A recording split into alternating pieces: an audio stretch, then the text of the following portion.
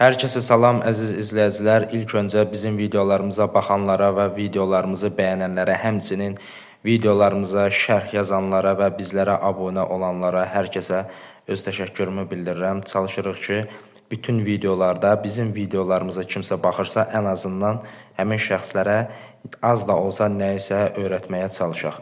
Bugünkü mevzumuz Almancadan personal pronomen olacaq. Düzdür, əvvəlki videomuzda personal pronomen haqqında qısa video çəkmişdik. Bu videoda isə personal pronomen haqqında daha detaylı şəkildə açıqlama verəcəyik. Personal pronomen nədir? Personal pronomen şəxs əvəzliyidir.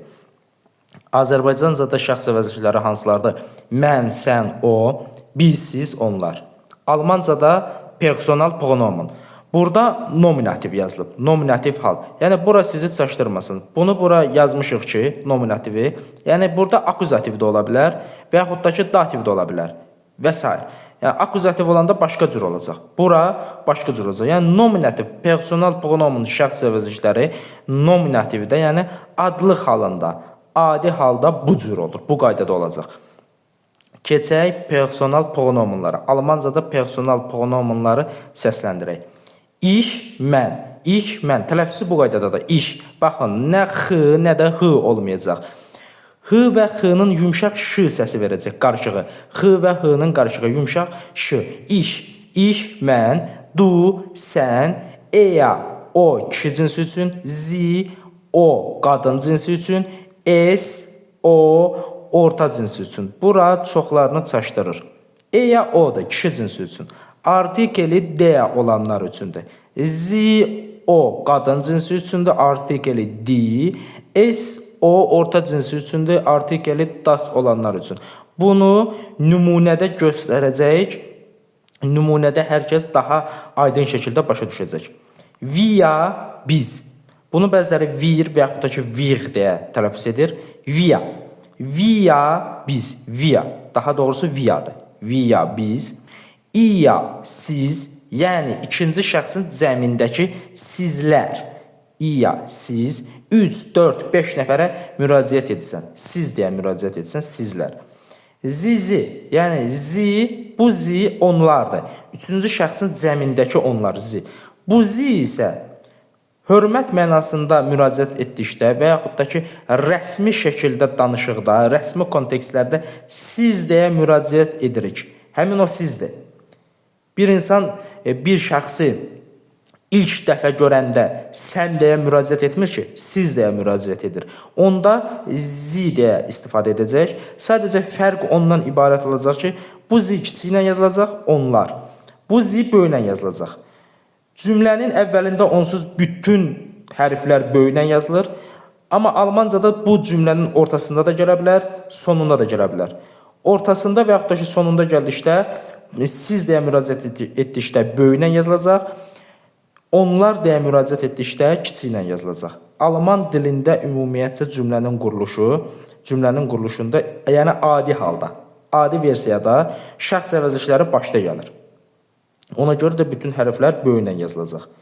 Bu dəyişilə də bilər, yəni cümlənin quruluşundan asılıdır. Yəni adi halda başda gələcək. Bunu indi nümunələrdə göstərəcəyik. Bir şeyi yaddan çıxarmayaq, Almancada personal pronomenlar çox vacibdir. Çünki bütün cümlələr personal pronomenlarla qurulur, yəni şəxs əvəzliklərlə qurulur.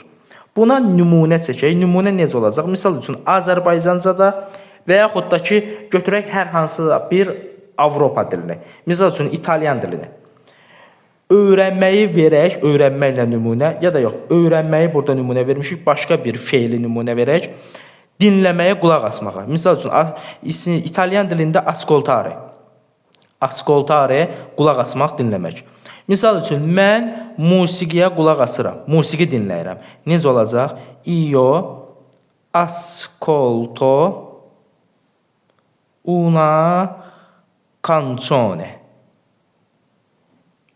Bu oldu ki, birə-bir Azərbaycancada çevirisi mən dinləyirəm bir musiqi, bir mahnı. Mən bir musiqi dinləyirəm. Bunu bu qaydada yazılır. Yəni yazıla bilər.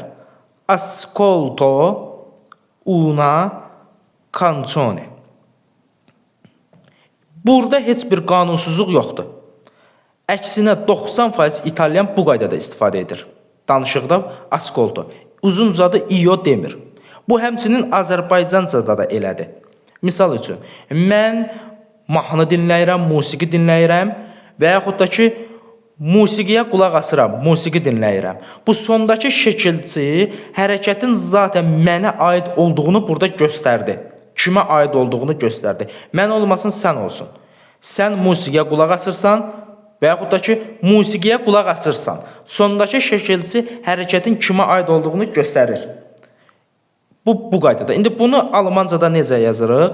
Ich höre. Necə olacaq? Ich höre Musik. Mən musiqiyə qulaq asıram. İndi deyəcək ki, burada belə yazıldı, belə də yazıla bilər. Höre Musik. Bu çox səhv fikirdir. Bu qaydada yazıla bilməz. Mütləq şəkildə iş olacaq. İş mütləq şəkildə, mütləqdir. Bütün cümlələrdə şəxs əvəzliyi olacaq.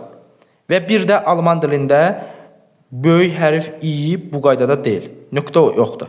Yəni bizim I şəklimiz bu qaydada. I ola bilməz. Yəni burada bütün cümlələrdə şəxs əvəzliyi olacaq. Nümunəsini verdik. İndi nümunələrə baxaq. Nümunələrdə necədir? Mənə aid nümunə. Ich lerne Deutsch. Mən Almanca öyrənirəm. Ich lerne Deutsch. Sən Almanca öyrənirsən. Du lernst Deutsch. Du lernst Deutsch. Sən Almanca öyrənirsən. O Almanca öyrənir. Er lernt Deutsch. O Almanca öyrənir. Burada baxın, er lernt Deutsch. Biz burada kişi cinsini götürürük. Misal üçün, hər hansısa bir şəxsi Yusif deyə göstərdikdə, Yusifi göstəririk, deyirik ki, o Almanca öyrənir. Er olacaq. Və yaxud da ki, Yusifi qeyd edirik. Yusif Almanca öyrənir. Yusif lernt Deutsch. Bu, qadın cinsinə də aiddir. Sie lernt Deutsch. O, Almanca öyrənir. Qadın cinsində Sie lernt Deutsch. Və yaxud da ki, hər hansısa bir qadın adını qoyuruq. Sie lernt Deutsch olur. Es ist kalt. Hava soyuqdur. İndi deyəcək ki, burada niyə lernt olmadı? Çünki orta cinsdəki hər hansısa bir nədirsə o, öyrənə bilməz.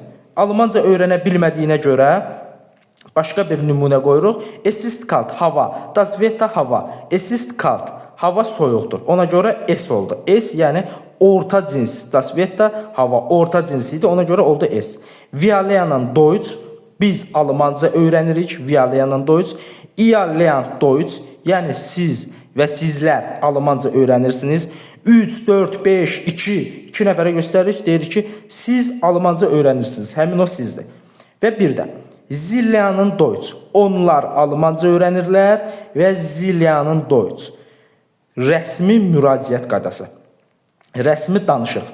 Siz Almanca öyrənirsiniz. Yəni həmin o rəsmi şəkildə danışıqda siz deyə dedikdə o da zinlə, onu da zinlə göstəririk. İndi burada bəziləri burada başı qarışır, deyir ki, bu necə olur? Burada da zi var, burada da zi var, burada da zi var. Bunu necə ayırt edəcək? Bu o şəkildə ayırt olunur ki, buradakı zinin feilinə baxsınız.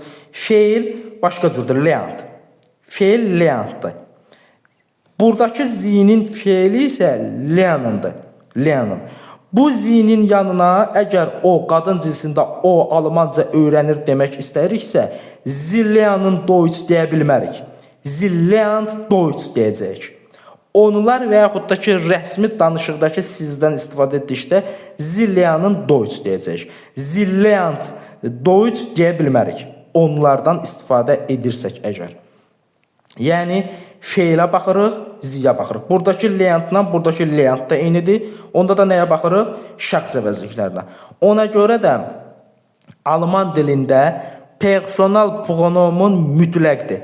Bütün cümlələr personal pronomunlarla qurulur. Yenə də deyirəm, mən Almanca öyrənirəmlə, Almanca öyrənirəm eyni bir şeydir Azərbaycancada. Amma Alman dilində lerne Deutsch yaza bilmərik. Mütləq şəkildə ich lerne Deutsch və yaxud da ki, du lernst Deutsch olacaq. Yəni, bu qaydada olacaq. O ki qaldı, onlar ilə siz necə ayırt edəcəyik? Bunu cümlədə, hər hansısa bir mətndə, hekayədə və yaxud da ki, danışıqda, həmin o kontekstdə biz həmin o quruluşdan başa düşəcəyik ki, burada söhbət onlardan gedir və yaxud da ki, rəsmi danışıqdan, yəni sizdən gedir. Bizim izah etdiyimiz bunlar personal pronominlar idi. Personal pronomin Alman dilinin elə bir ki, onurğa sütunu idi. Personal pronominlar. Baxın, bu personal pronominları öyrənməklə Almancada demək olar ki, 50% cümləni qura bilirik. Ona görə də personal pronominları mütləq şəkildə öyrənirik və unutmuruq. Almancada bütün cümlələr mütləq şəkildə personal pronominlarla qurulur. Bunu yaddan çıxartmırıq. Ümid edirəm ki, bu videoya baxanlar bizim bu izahımızdan nə isə öyrənəcək.